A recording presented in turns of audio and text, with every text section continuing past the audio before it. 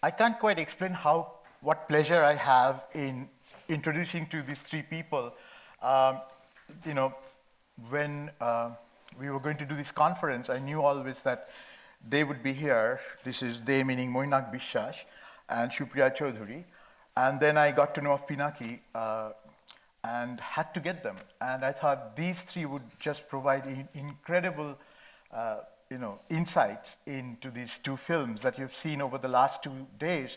Goopy Gyne Bagha Byne, 1969, last night, and Hirak Rajar Deshe, or The Kingdom of Diamonds, tonight, that's 1980.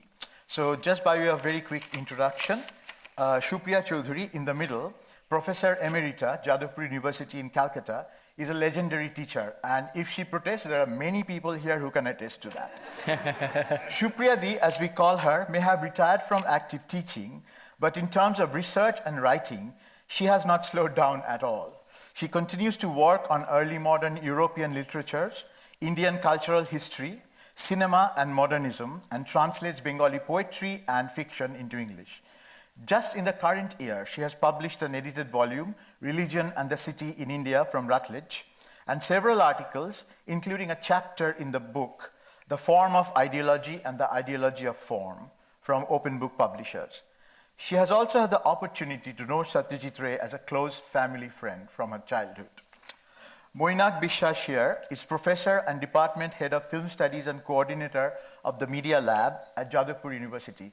So in 1997, when I went back to India to do my research on my dissertation, everybody said, have you talked to Moinak? Wherever I went, have you talked to Moinak? I mean, he's become a really good friend and someone who's helped me out tremendously on a daily basis in all kinds of work that I do. He has edited a collection of essays, Apu and After, revisiting Ray's cinema. They just came out in 2005, and I think that remains one of the best volumes on Ray. And currently he's working on a book about the work of Hrithik Ghatak, the other really famous Bengali director. In addition to being the preeminent scholar of Bengali cinema and a revered teacher himself, Moinak is also a media maker. He has written and co-directed the award-winning Bengali feature film, Sthaniyo Shangbad, Local News, 2010, and produced, actually it's called Spring in the Colony in English, sorry, and produced a commissioned video installation across the burning track for the 11th Shanghai Biennale in 2016.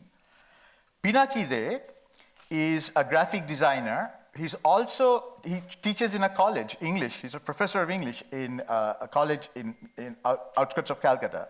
He has designed almost 500 book covers to date. He is the winner of many awards, including the Publishing Next Award for the Best Book Cover Designer in India twice, in 2017 and 2019.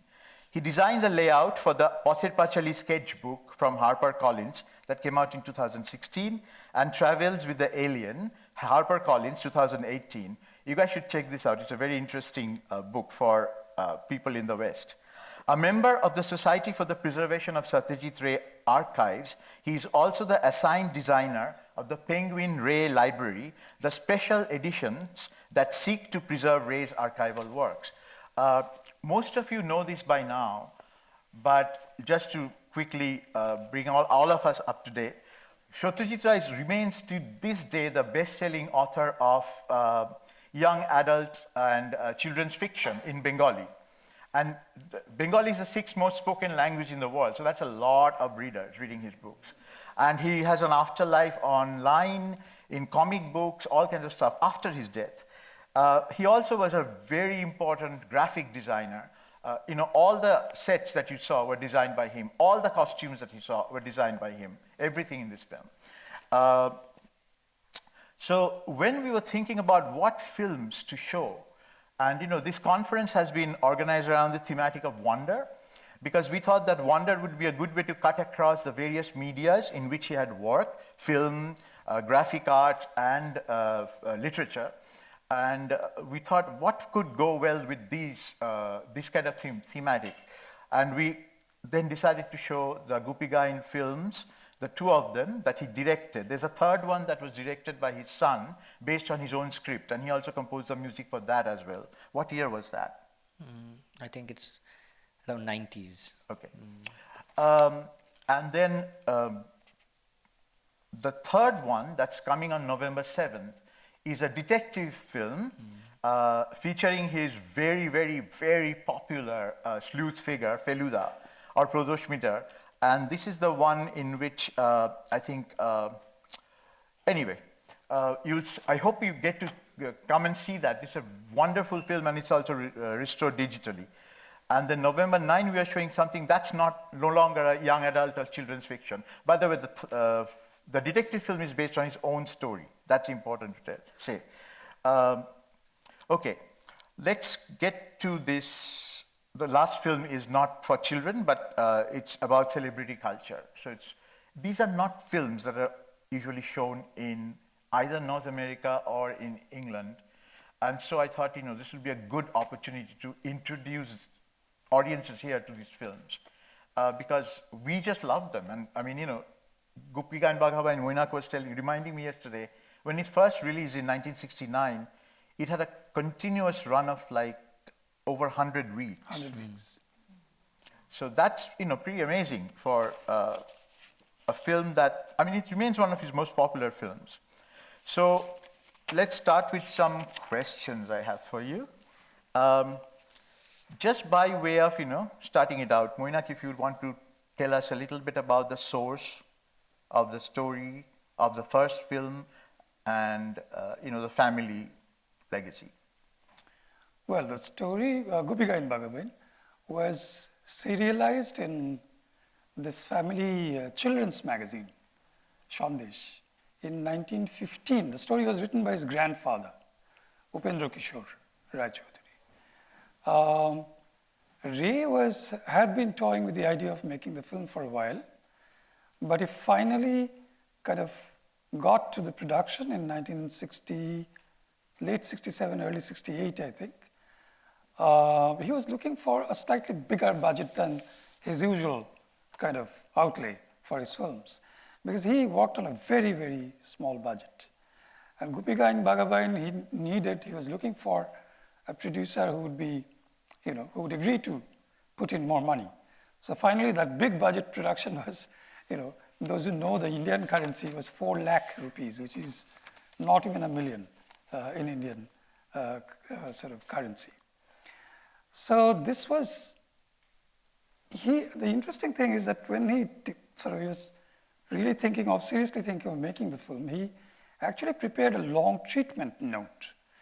And as was his practice, he kind of illustrated it. He kind of drew on the margins and drew the figures, some of the motifs.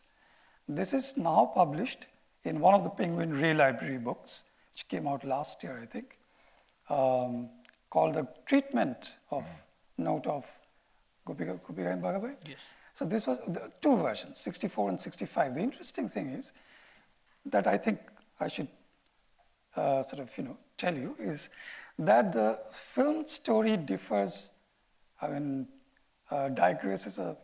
differs quite substantially from the original story by his grandfather. In fact, I would say that the flavor of the story also changes substantially. It's much more kind of, there's much more fun, there's much more kind of, possibility scope of exploring various media, as it were, graphically, musically, and so on. And the characters of Goopy and Bagha change a lot from the original story to the film, even from his treatment note 64, 65 to his film. And what else should I say? Father. Right. Father, of course, you didn't ask about. His father was and remains one of the most important writers of children's. It's not only meant for only children. The children, it is usually said to be children's literature, but also for almost people of all age. He is a constant reference in all kinds of things we write in our everyday, daily conversations. Shukumar Rai, his father, and his nonsense verse is, if you ask me, is one of the, probably among the very finest in the world. And also a kind of, not really trained, Ray was trained as a kind of painter, draftsman, but Sukumar Ray wasn't trained really, but also experimented with photography, printing, and so on. And there is an interestingly the Goopy Pagan note, treatment note, original, that Ray wrote. Actually, the Halla king and the Shundi king, when they finally meet, interestingly, they call each other Udo and Budo, which is not there in the film. Udo and Budo is from a fabulous kind of story by Sukumar Ray, his father, translated as Abracadabra by Satyajit Ray himself. And it's kind of twiddledee, twiddledum figure. So Ray actually wanted to bring a shadow of that into the film, but he finally decided against it. It struck me today, not so much Goopy Gyne, but this film, all the dialogue it rhymes Rhyming dialogue. Throughout. Rhyming. I mean, I thought you probably must have got it, right? The translation didn't, but the rhyming is just mind-blowing. Only the teacher doesn't speak in rhyming dialogue. Why do you think that is? So I was asking myself, why, because I had the impression originally, just an impression from long ago, that the entire text of Hirak Rajar Deshe does in fact rhyme. And then I noticed that the teacher does not speak in rhymed verse. And I started asking myself why this is so. And it struck me that one of the most notable influences on Hirak Rajar Deshe, which after all was not written by his grandfather, but was an original screenplay composed by Ray himself, to me the proximate influence on this composition were the verse dramas of Rabindranath Tagore. Ray was a student at Tagore's university. There was an unmistakable influence of Tagore in a great deal of the work he did.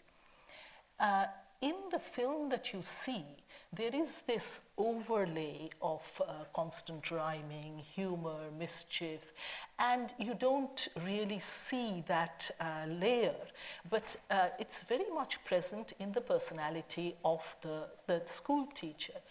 I'm thinking particularly of two early plays by Rabindranath Tagore, one called Prayoshchitta, which means expiation, published or written in 1909, and this was reworked to make another play called Poritran, 1929. And both these plays feature a character called Dhananjay Boiragi, who is a baul singer. And he encourages the people to protest against an oppressive, tyrannical king and not to pay their taxes. And that's, in fact, the subject matter of both these plays, which take the seeds of their plot from an earlier novel that Tagore wrote in 1889 or something called Bou Thakuranir Hat. So both these plays then are about governance, good governance, protest, resistance to tyranny, and how the people can resist. And this figure, Dhananjay Boiragi, who appears in both these plays, Expiation and Deliverance, the second play, Poritran, translates as deliverance. This character then comes back in another play, which I think is dated 1923, Muktodhara, the waterfall, where this is a much more complex symbolic play about the building of a dam by an engineer scientist, rather like the scientist engineers in both these, the magician figure in both these films, and the resistance to that tyranny, which is again led by this baul singer figure called Dhananjay Boiragi.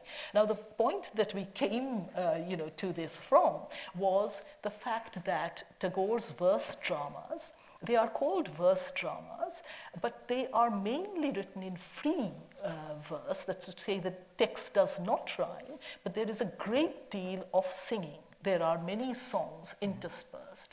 So in the main, these dramas don't use rhyming verse as such. Right. In the main, there may be some exceptions, but in the main they don't. And Udayan Pundit seems to come very much from that tradition. And I think that he really seems to be stepping out of that Tagorean verse drama, where the seriousness, the metaphysical, the urgency, the need to resist rebellion, it's a very important theme in all these plays by Tagore, especially Muktadhara, which has, the theme of ecological resistance as well by the people against a dam, which creates enmity between them about the sharing of waters. A final point, which I could make it here, but let me just make it in one go. Yes. A final point is this is a point made by Prathama Banerjee in a book called Elementary Aspects of the Political, which was published 2 years ago, 2020. And she suggests that from the early 20th century, there is a very strong tradition in Indian theatre, films featuring kings and kingly tyranny. And she mentions Girish Ghosh's Siraj-ud-Dowla and D.L. Rai's Shah Jahan, and Tagore's Rakta Korobi, which is a film called, which is a play, the title translating to Red Oleanders, and we could also mention Raja, King of the Dark Chamber. So all these films all these plays belonging to us, building up a strong dramatic tradition of the king and tyrannical government, which is resisted by a section of the populace. And Prathama Banerjee suggests that the need to stage the implosion of the political subject because of a kind of overreaching, overarching oppression, that is something that seems to be going through Indian theatre right up to the 1960s and 70s. And she suggests that where historians and political scientists are looking towards history for a non-monarchical democratic tradition, the theatre prefers to stage the people as resisting kingly power. So kings, oppressive monarchs, are constantly appearing on the stage in order to stage people's resistance. And that too seems to be something that is a theme in both these films. Yeah, great. One more thing, is this going to be too simplistic to say that the people are speaking in a language that rhymes, that's more folksy, oddly, whereas the other, Udayan, that's more erudite, more cultured, more learned? Well, that would be like Shakespeare, of course. I mean, the reverse. Because in Shakespeare, the elite speak in blank verse and the people speak in prose. And here you have the people speaking in rhymed verse and this learned teacher figure speaking in prose. So I don't exactly know what that means. Yeah, I was also thinking, of that one particular song in Goopy Gyne Bagha Byne, the first part, where they go to the Shundi Raja's court, and the song they sing, Maharaja Tomare Salam, that, and so much of it is about we come from Bengal, we are Bengalis, and talking about the language itself as having this quality of flowing freely and pranero bhasha, like vital, right? Like it's like very lively, and Shorera bhasha, Anonder bhasha, it's joyous, it's about freedom. Now, maybe, I know, usually we think about rhyme as imposing some kind of constraint, but it seems like, Bengali is so onomatopoeic and all of that, like I'm thinking that the play with the rhythmic patterns, that may be more inherent to the language here, whereas the other is more like grammatically different. If I may say something. Actually, in that context, when Goopy Bagha sing that song in the court, Shundi, the primary contrast was between the classical ornate singing on one hand, Right. and this song they themselves describe as simple song composed with simple emotions in a simple tune. That is the contrast, So you bring it back to the local and the more kind of familiar terrain. And the classical singing was seen to be coming from some kind of a ritual sort of perspective or background. Okay, so no. Okay. Let's talk about the quality of the graphics. Yeah. One could say it's very childlike, much of it, and it's children's. I mean, we know he's a consummate artist, like incredible modernist aesthetics, all the posters and all the book covers, and yet he does this here. Is this like amateurish in the sense of like from love, amateur? Consciously amateurish, right? That's So there is a context to it. Ray, whenever he used to sort of write in his script, the first thing was to conceive it in his draft book, which is called the Kheror Khata, and those books contain all his sketches, all the short divisions, everything. Now that was understandable, but he went further. He actually used to do everything right down to the color coordination of the dresses. For example, Goopy Gyne Bagha Byne, you have the flags, remember? The flags and the different shapes that are there. Even that is actually, done to the right, last detail. I would actually point out, if you remember the scene where the messenger comes up with a calligraphic kind of sign language that Halla is declaring war on Shundi, even that can be deciphered, and Ray actually, put that with a lot of care, so that even that which comes up in maybe for 2 seconds in the screen, that can be deciphered, and people have deciphered what that private language should be. So if you look at the set design and the scenarios, you can find that Ray is also trying to differentiate it through design. For example, the chamber of the evil magician, or say the chamber of the king, the Halla and the Shundi, they are very different from each other. I was discussing this with Moinak, and the evil magician, if you understand, he sketched it, almost like Ivan the Terrible. He was particularly fond of the film, and he sketches it like that. And even the chamber of the evil magician probably echoes Ivan the Terrible. Yeah, definitely. yeah. So design plays a very important kind of, you can say, a feature by which he actually distinguishes certain scenarios. Even look at the natural scenes. He took a lot of care in sort of curating, in taking recces, right? So, even the trees that you see in the background and all that has this calligraphic feature that somehow blends with the narrative. And I personally feel, Bhaskar, you said that, it's consciously. One of the good things about Ray is the title cards design. If you see the title cards, he never did it in the second film, Hirak Rajar Deshe. But in the first film, the title cards are all designed by him. And if you see that he is consciously actually trying to imitate a kind of a style which is childish, and he will actually take this to a kind of a greater length in another film which we'll see, Shonar Kella, the Golden Fortress. Don't say anything about the storyline. No, not. But if you see... It's amazing. It's an amazing film. But if you see there, the title cards would be almost drawn by a child. It is imitated. That's a conceit. It's drawn by the child. Drawn by a child. So I think it is consciously there. There is a wonderful advertisement for Goopy Gyne Bagha Byne called Ajob Chobi, Goopy Gyne Bagha Byne. It's a strange film, Goopy Gyne Bagha Byne. And here you only have, absolute random sketches describing that. So he was also trying to sort of pitch it as a kind of a film which has not been, made before in Bengal, which is something that has this child in it, that every child in you can see. It's not only meant for the children, but for even the adult. A child within, an adult can actually enjoy the film. I think design plays a role. Yeah.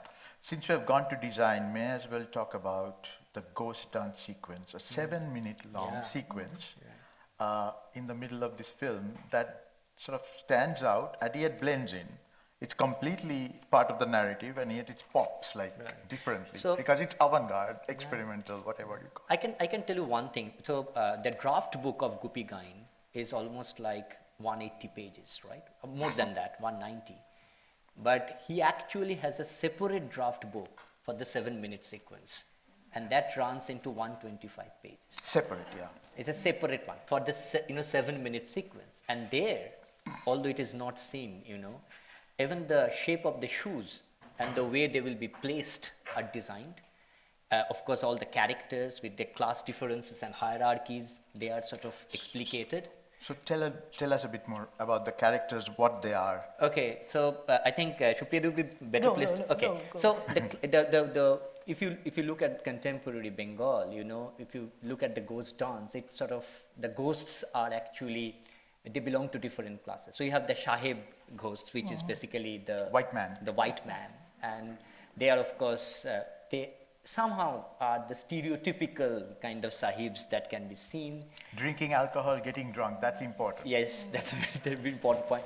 And you also have the upper classes, say for example the Brahmins, right, with their again very stereotypical kind of depiction.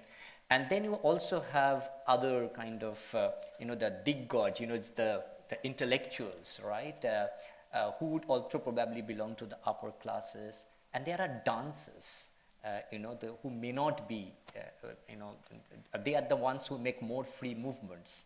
So they are the ones who blend across the screen, okay? They are the ones who are like white, ghostly, make ghostly appearances. They are much more free.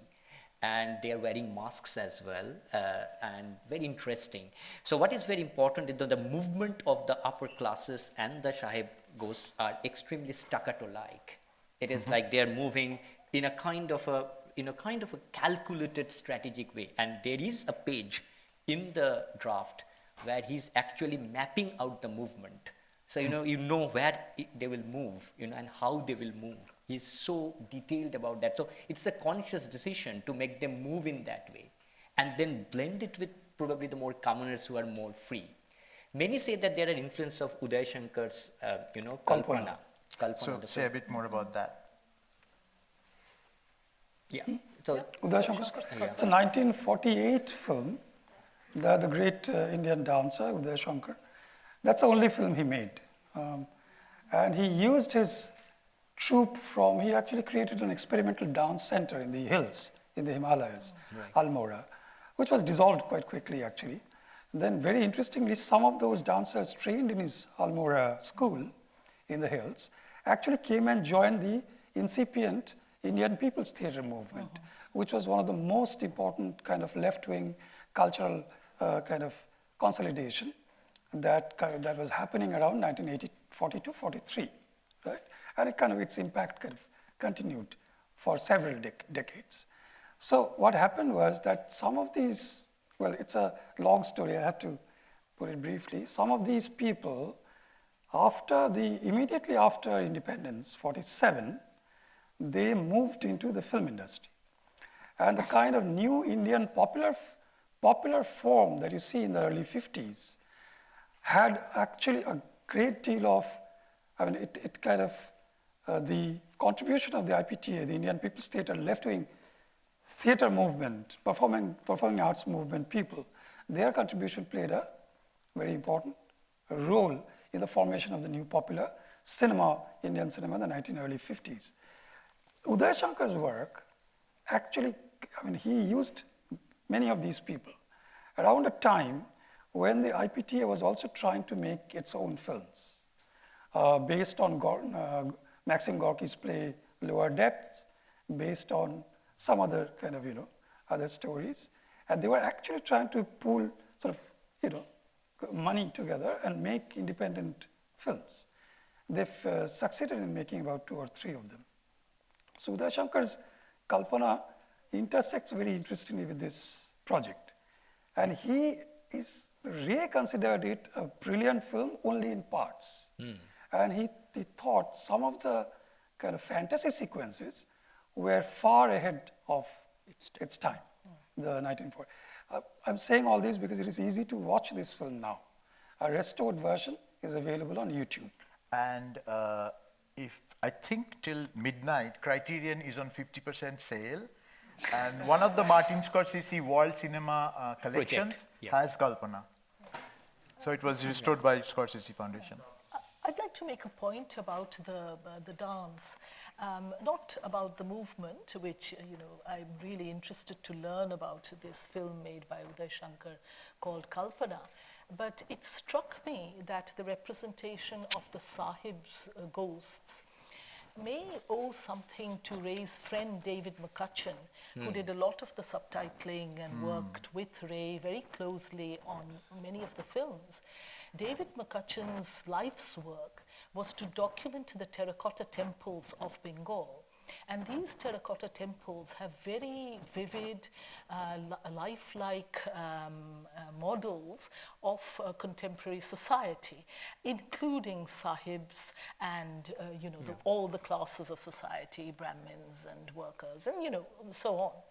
And it may be that McCutcheon, who was traveling around Bengal and taking photographs of these temples with their amazing terracotta friezes, I think that's what they're called, friezes, may have shown some of these to Ray, and Ray therefore thought of putting them all together in a dance.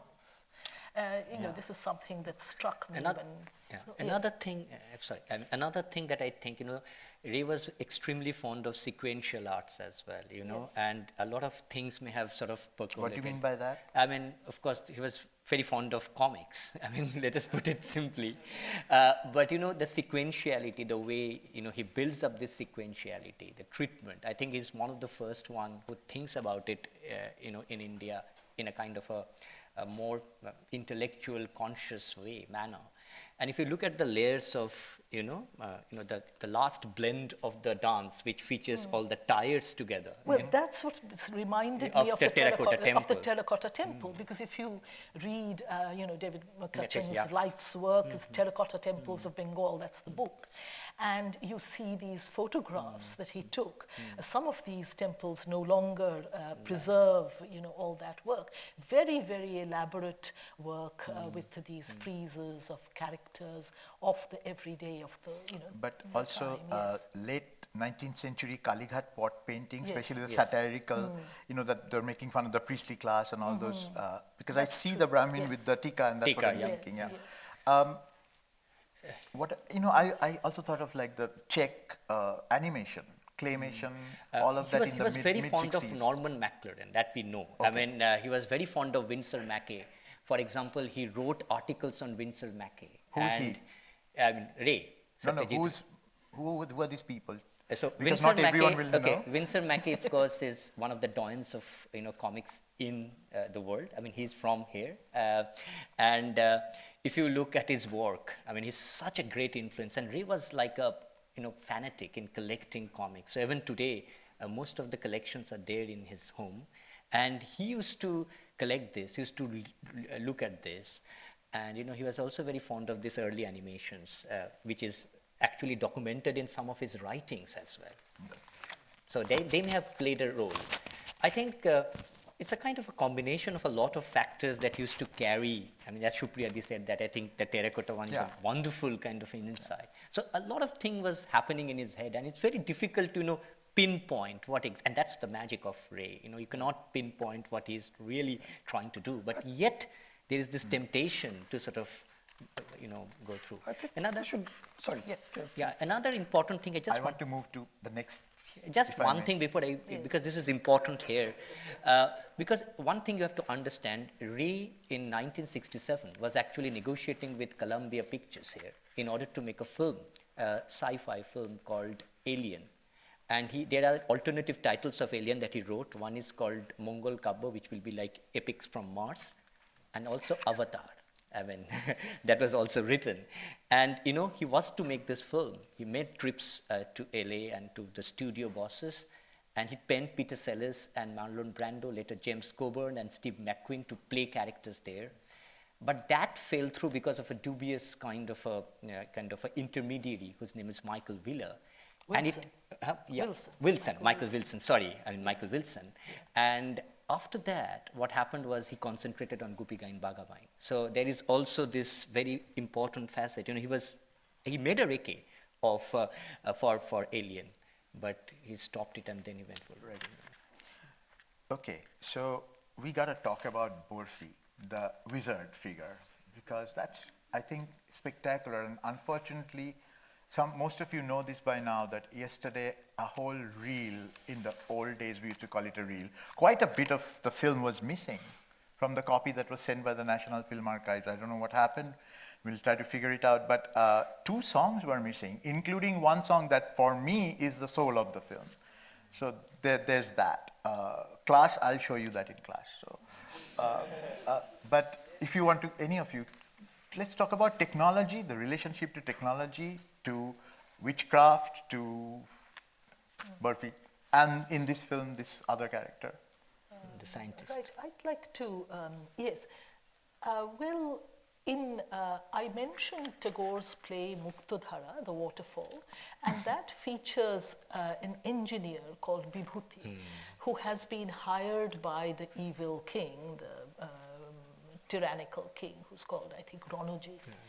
And he is in charge of building this dam and stopping up this waterfall. And the role, the worship of the machine by these oppressive forces and the resistance to the machine by the people who are on the side of the waterfall and nature. This is a very important theme in Muktadhara. Sorry? No. Yeah. So I think that, that kind of opposition is very much in Ray's mind. The role of magic, perhaps Moinak will say a little more about that, because a parallel character in the earlier film is a magician rather than a scientist, whereas in the second film it's very much a scientist. It seems to me that the second film is much more political. It was made, I think this point needs to be made because it hasn't been made so far. It was made 5 years after Indira Gandhi's emergency, 1975, which led to, the imposition of a kind of state of emergency on the Indian polity, and a lot of people went to jail, and a lot of, a great deal of oppression was very visible and manifest. And Ray did not like the emergency. He made the film maybe some years later, but certainly the film does have a much stronger political message. From the beginning, the purpose of the purpose clearly set out, let us overthrow this oppressive king. It's interesting that in Muktadhara, there is a school teacher with his students, but the students have already been brainwashed, and they are in fact like, Nazi youth. They are singing songs in praise of the tyrant, and the school teacher is encouraging them to do so. In Muktadhara, in those earlier plays that I mentioned, Poritran and Prayashchitta, the dynamic figure of resistance and release is Dhananjay Boiragi, the Baul singer. And these roles are, of course, slightly differently apportioned in Ray's making of Hirak Rajar Deshe. But it seems to me that politics plays a very important role, especially in the second film.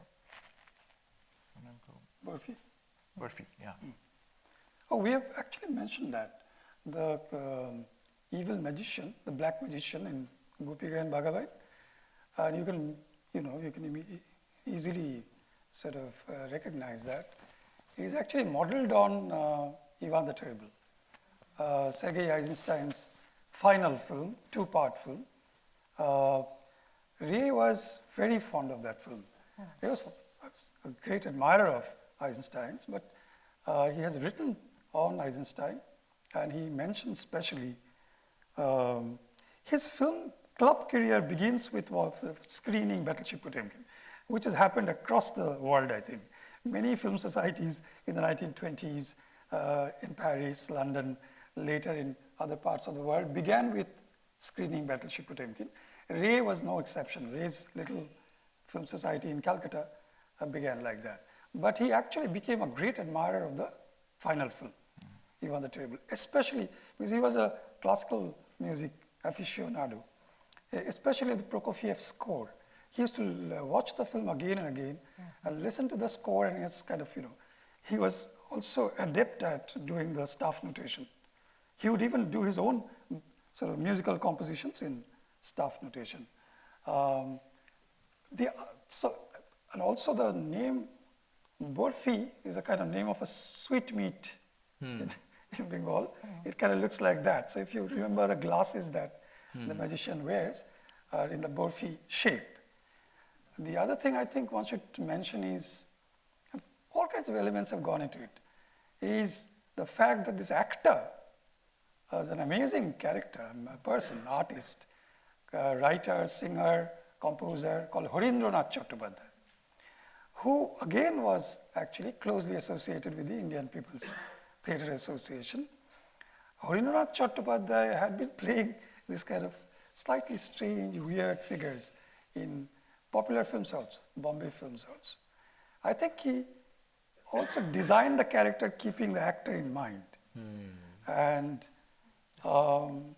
the other last thing that one could mention was, remember when that silhouette where he goes over the fort, the last scene, and he then suddenly evaporates. If you remember the image, it kind of reminds you of Seventh Seal, Bergman's. And I think there is a clear kind of, he must have had that in his mind. Seventh Seal is 57. Right. Yeah. This is 67. So, and by that time, Seventh Seal was a classic. Right. Right. Yeah. Another thing I want to mention here is, of course, his obsession with getting this brainwashing machine correct. The way he drew it. He drew it again and again, and there are drafts of the way that machine should look. He was actually very careful about the way all the cogs and things will be there. I personally think there is also a lot of Dadaist influence and all that, but you can also get back to Abanindranath and his depiction of Kobandho, in one of his works called Khuddur Jatra, which is a very kind of a postmodern work. So he was very, very careful in the way the machine should look. And if you look at the set design as well, there is this eye, which sort of speaks of surveillance, in the inner chamber of the king, not the court, but the inner chamber. So you have that eye. And that was also designed with something in mind. So I think the machine design, somehow complements, the scientist and the way they operate, Okay. I have to ask this question. These are musicals. He composed the music as well, and I feel very inadequate every time I talk about music, and Dave Novak is gone. So maybe you guys can a little bit, but what I wanted to ask was, it's a musical, but how does it compare with, I don't mean good or better or worse, not that, but in form, structure, tone, quality, all that. How does it compare with, say, the Bombay films, which are often called musicals, but which really aren't musicals in the sense we think of musicals in Hollywood, or to the Bengali commercial films of the period of the 50s, 60s, or to say something like Umbrellas of Cherbourg by Jacques Demy, the European kind of musicals coming in then. I'd just like to say something to begin with. Please don't take this comparison seriously. But the one thing that is common between Bombay kind of musical, quote unquote, and Goopy Gyne Bagha Byne and Hirak Rajar Deshe is that Ray composed the songs first and then made the films. I don't know where you could take this. So that's the Bombay people do this all the time. They first kind of compose the films and then they think of the script around that. So perhaps we should also mention the Marathi Sangeet Natak, which is in a way that stands at the origin of Bombay film, and that too is a form, a kind of operatic form where there is a great deal of singing and some dancing, and sometimes rhymed exchanges between the characters. But I'm not sure how familiar Ray was with Marathi Sangeet Natak, but it's a very important form actually. there is a wonderful interview of Ray in the Life magazine. So Life actually interviewed Ray, and then of course before he was just trying to do Goopy Gyne Bagha Byne, and they sensed that it was a shift that Ray is making from his earlier films to this one. And then there was this talk of Alien as well, so they wanted to sort of talk about it.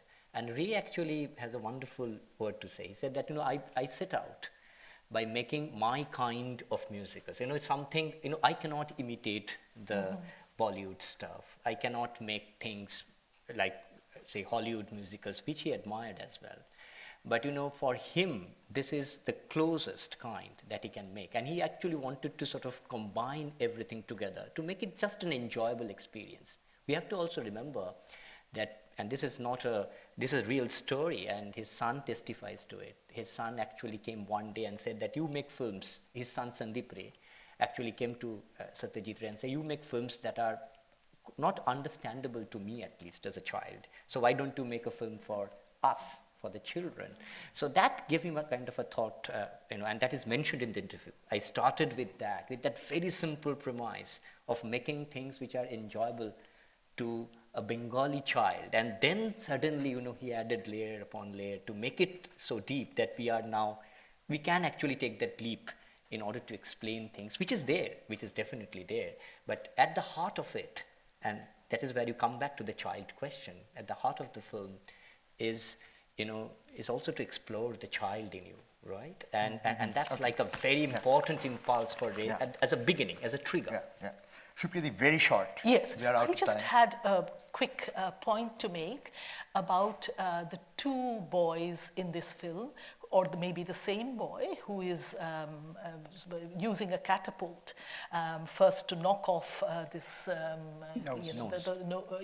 the nose, but then earlier he's hitting the headdress of one of the ministers, right? Now, so you have these two children, or maybe one boy, one child with the catapult, who is making a gesture against power, against kingly power and oppression and tyranny. And you have the same idea used in Shatranj Ke Khiladi, the chess players, where right at the end of the film, you have a boy throwing a stone. All he does is throw a stone towards the British regiment that is marching into Awadh, into Lucknow, in order to dispossess the king, the Nawab, and take it over. And that act of resistance, for which he uses the figure of a young boy, a child, I think that too is something that echoes in his films. I